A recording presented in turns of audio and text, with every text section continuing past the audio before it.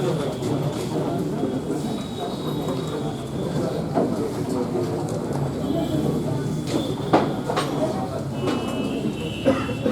Hello hello hello hello hello hello. देखिए आपका CrPC में पढ़ाया जा रहा था, एक धारा आपका 91 से उसको सुधार कर लेना है। 91 में आपका एक बार देखिए, बैठिए आप। 91 में क्वेश्चन आपका बना भी है, सुधार कर लेना है कि 91 क्या अभियुक्त के विरुद्ध अप्लाई होगी कि नहीं, तो उसको नहीं मारना है। यानी कि उसको अच्छे से बेरेक पर भी लिख लीजिए। ये क्वेश्चन एक बार कहीं बना है कि धारा 91 के तहत जो न्यायालय समन जारी करता है या पुलिस अधिकारी लिखित आदेश करता है किसी व्यक्ति से किसी दस्तावेज, चीज या वस्तु को मंगाने के लिए, तो ऐसी दशा में अभियुक्त के पास अगर कोई दस्तावेज है तो न्यायालय इस धारा का प्रयोग करके अभियुक्त से वह वस्तु मंगा नहीं सकता, क्योंकि ये जो नियम है ये अभियुक्त को अपने ही विरुद्ध साक्ष्य देने के लिए बाध्य करता है। ये आपका सुप्रीम कोर्ट के आर्डर के अनुसार है, यानी कि निर्णय के अनुसार। आगे देखिए आपका ये चल रहा था, धारा 110 तक बताया गया था। 110 फिर दोहरा दिया जाए, मतलब 111 से शुरू किया जाए। देखिए 5 दशाओं में प्रत्याभूत की मांग की जा सकती थी, बताया गया आपका 106 से लेकर 110। यहाँ एक बार आपका कौन मांगेगा प्रत्याभूत या सीओटी और कितने दिनों के लिए, ये जरूर याद रखना है, और किस धारा में किसके लिए। तो दोष सिद्धि परिशांत के लिए 106 में मांगा जाता है, या तो कोर्ट ऑफ सेशन यानी कि सत्र न्यायालय या प्रथम वर्ग न्यायिक मजिस्ट्रेट या पुनरीक्षण या अपील न्यायालय मांग सकता है, और अधिकतम कितने दिनों के लिए, समय जरूर याद रखिए 3 साल। 107 में अन्य दशाओं में परिशांत के लिए प्रत्याभूत कौन मांग सकता था, कोई कार्यपालक मजिस्ट्रेट, अधिकतम कितने साल के लिए, तो 1 साल।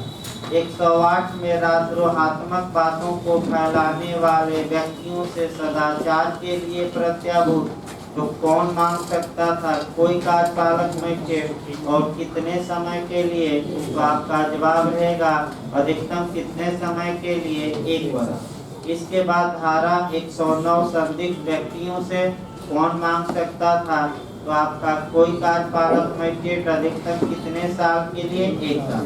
और 110 में कोई कार्यपालक मजिस्ट्रेट मांगता था आभासी अपराधी से, और आपका कितने साल के लिए, अधिकतम 3 साल के लिए मांग सकता है। और प्रतिभूत सहित ऐतिहासिक अपराधी से प्रतिभूत सहित ही मांगा जाएगा, ये भी याद रखिए, यानी कि गारंटर या जमानतदार हर हाल में माना जाएगा। एक क्वेश्चन और बना है कि ऐतिहासिक अपराधी किसे कहा जाएगा, जो बार बार कोई अपराध करने के लिए क्या हो, प्रसिद्ध, ये भी याद रखना है भाई।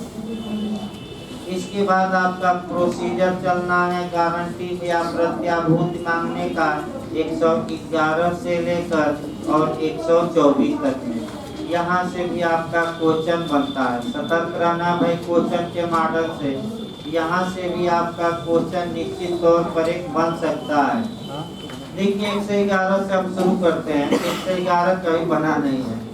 कारण बताओ, नोटिस जारी की जाएगी कि क्यों न आपसे गारंटी मांगा जाए, तो 111 में आदेश का दिया जाना, और जब आदेश दिया जाएगा तो उसके साथ आपका आदेश दिया जाएगा, समन जारी सामान्यतः होगा, और समन के साथ आदेश की यानी शो काज नोटिस की एक कापी नथी रहेगी, यानी क्यों ना आपसे मांगा जाए। मजिस्ट्रेट कार्रवाई शुरू कर दिया, यानी कि फिर एक बार याद रखिए प्रक्रिया आपका 111 से लेकर कहाँ तक है, 114।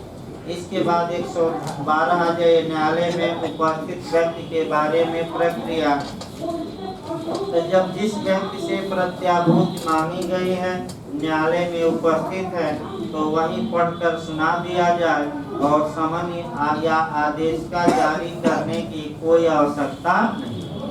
113 आपका पूछा जाता है, ऐसे व्यक्ति के बारे में समन या वारंट जो उपस्थित न हो, यहाँ थोड़ा सतर्क रहना है। तो जो व्यक्ति उपस्थित नहीं है न्यायालय में तो मजिस्ट्रेट क्या करेंगे, तो समन सामान्यतः जारी करेंगे और 111 में बताया गया कि समन के साथ आदेश की एक कॉपी नथी रहेगी। अब ये आया कि क्या वारंट भी जारी किया जा सकता है, तो एक लाइन बस वहीं परंतु पकड़ना है भाई आपको। यदि किसी व्यक्ति से ये आशंका हो कि तुरंत इसे गिरफ्तार न किया जाए तो ये हर हाल में परिशांति भंग कर देगा, तो ऐसी या परिशांति भंग कर देगा तो ऐसी दशा में 113 का प्रोविजो कहता है कि अब समन नहीं, डायरेक्ट क्या जारी होगा, गिरफ्तारी का वारंट, और तुरंत उसे गिरफ्तार करके कहाँ भेजा जाएगा, जेल। समन नहीं, अब क्या जारी होगा, लेकिन कब, जब तात्कालिक आवश्यकता हो तब। 114 समन या वारंट के साथ आदेश की प्रति होगी। लगातार बताया जा रहा है कि समन के साथ 111 के आदेश की कॉपी क्या होगी, नथी। 115 आपका पूछा जाता है, ये काफी महत्वपूर्ण है।